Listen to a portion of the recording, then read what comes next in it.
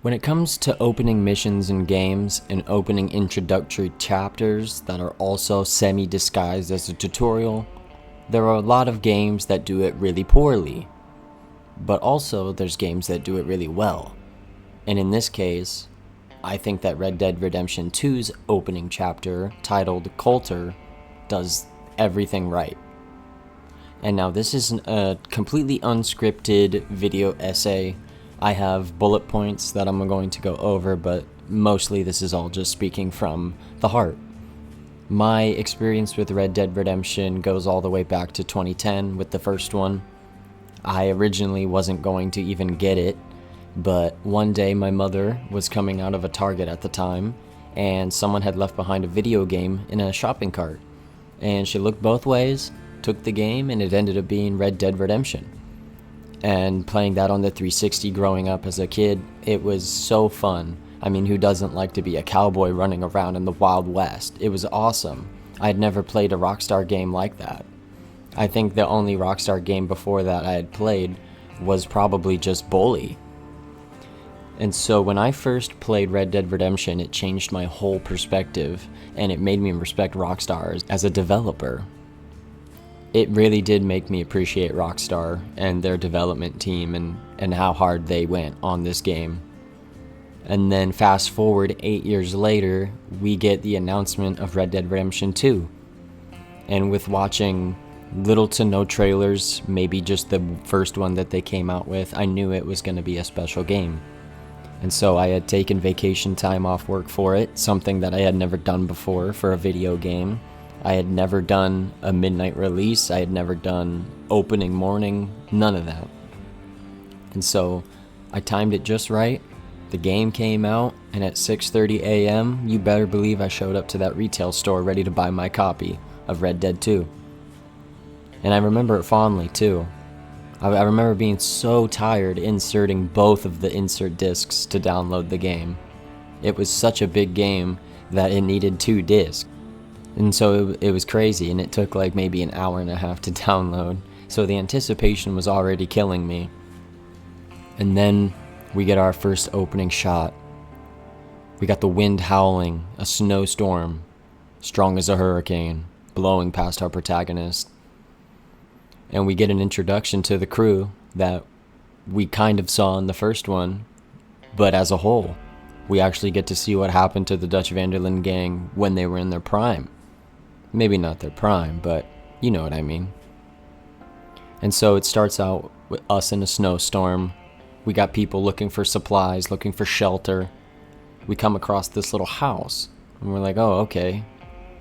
But, you know, we're a little sketched out, and so we think some weird shit's going on.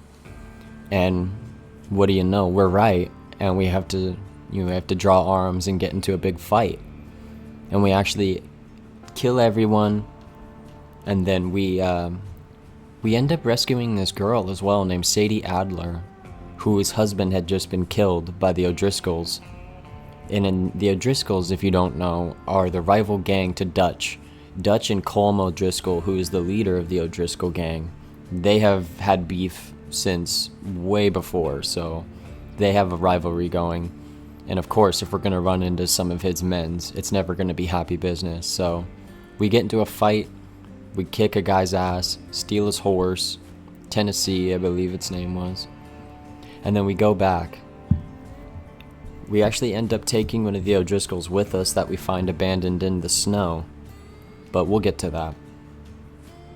Another main plot point of Colter is John. Because Micah and John are sent out to go scavenge and find things, you know. But we only see Micah. And Abigail Marston, John's wife, is very worried because John's kind of an idiot. And I love how they don't show John right away, because obviously we spent the whole first game playing as John Marston. And so for the fact that they kind of are giving us this little sense of suspense, you know, we don't see him right away, we have to go save him, we don't know where he's at, he could be injured, this and that, he could be dead, but we all know he's not because this is a prequel game.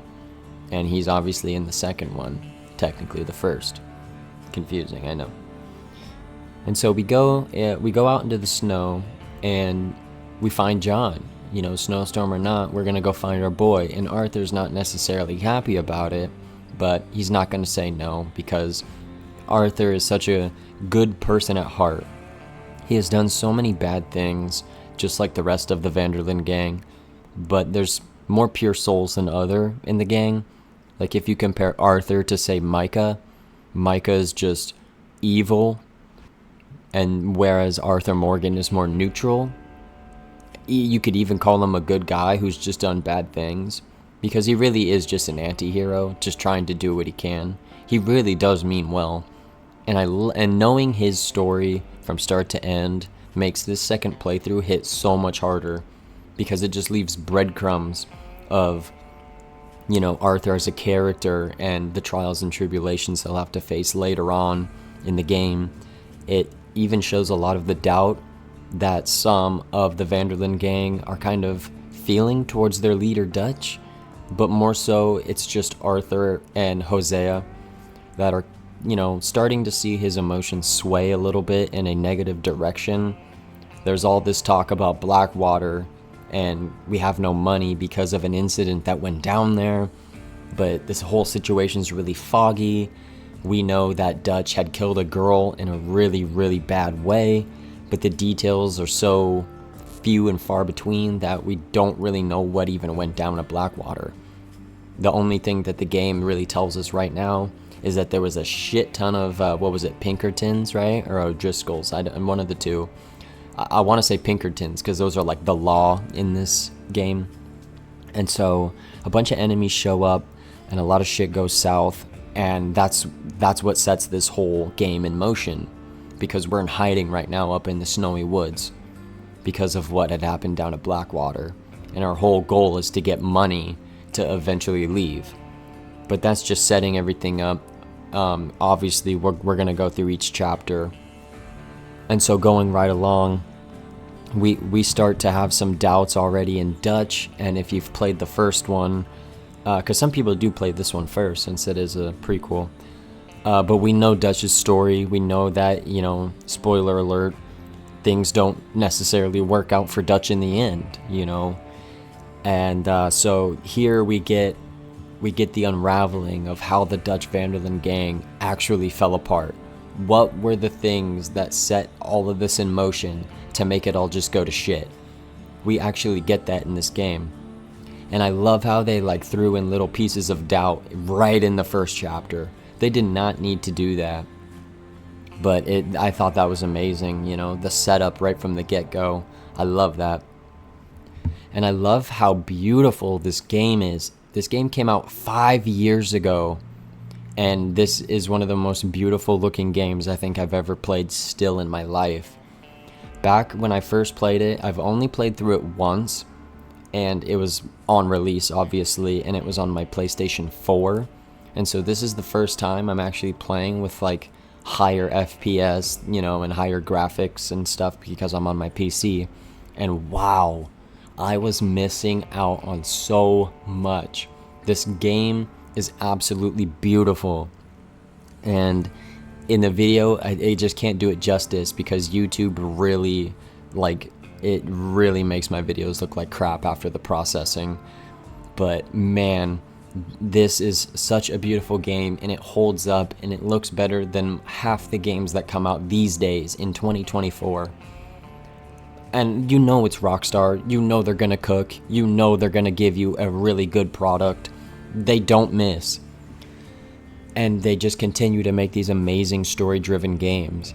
And I love this universe, and I'm so glad they went with Red Dead 2 as their next IP at the time, because when you put the GTA formula and make it Western, that's my cup of tea.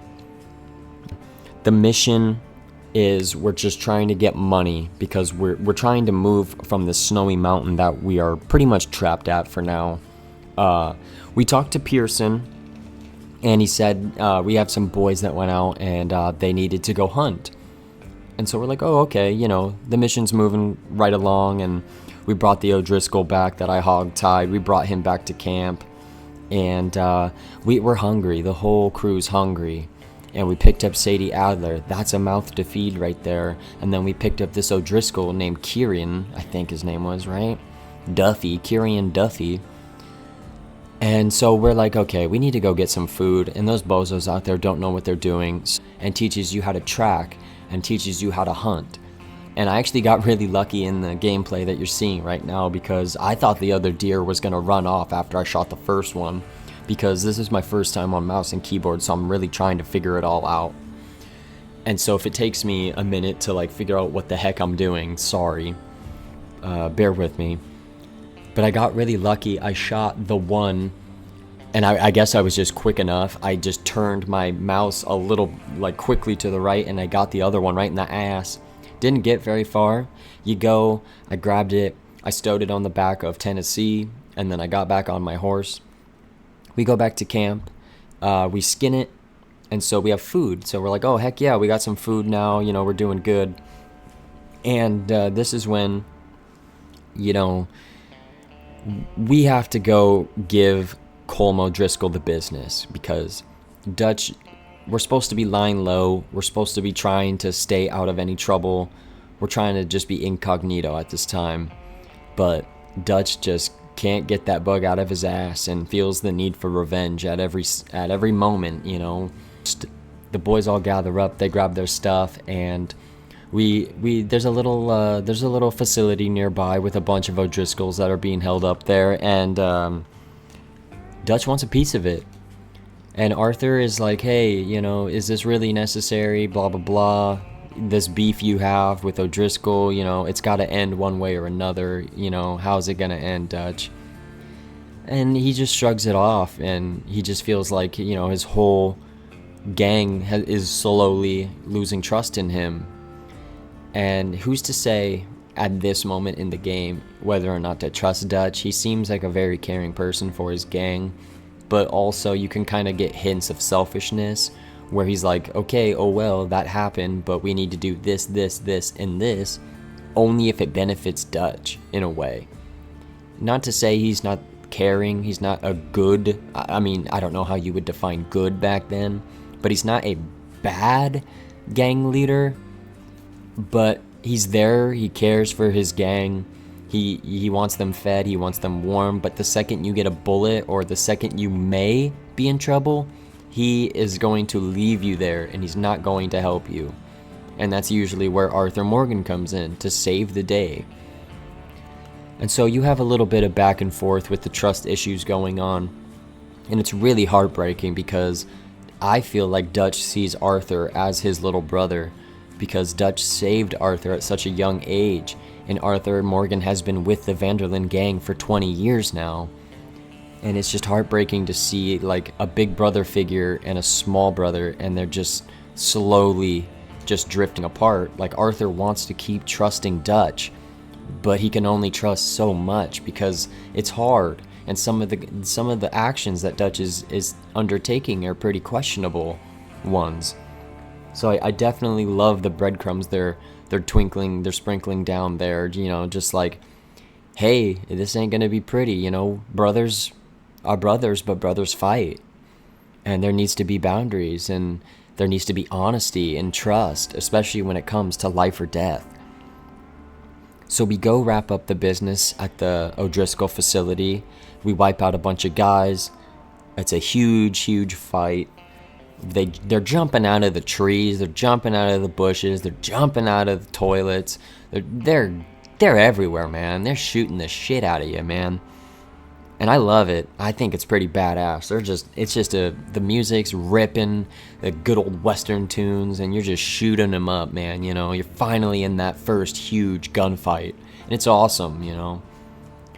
Take a shot every time I say, And so, yeah, we talked about the doubt that everyone was starting to feel, and especially when it comes to lying low, because that was supposed to be the plan. We lie low for a long time, a while maybe, and then eventually go back for all that money that's back in Blackwater, because there's so much there apparently that they didn't have time to grab it. They just had to go. And so after that, they're thinking, okay, well, there's going to be this super rich guy, his train's coming by, so why don't we just Why don't we just, rob the train?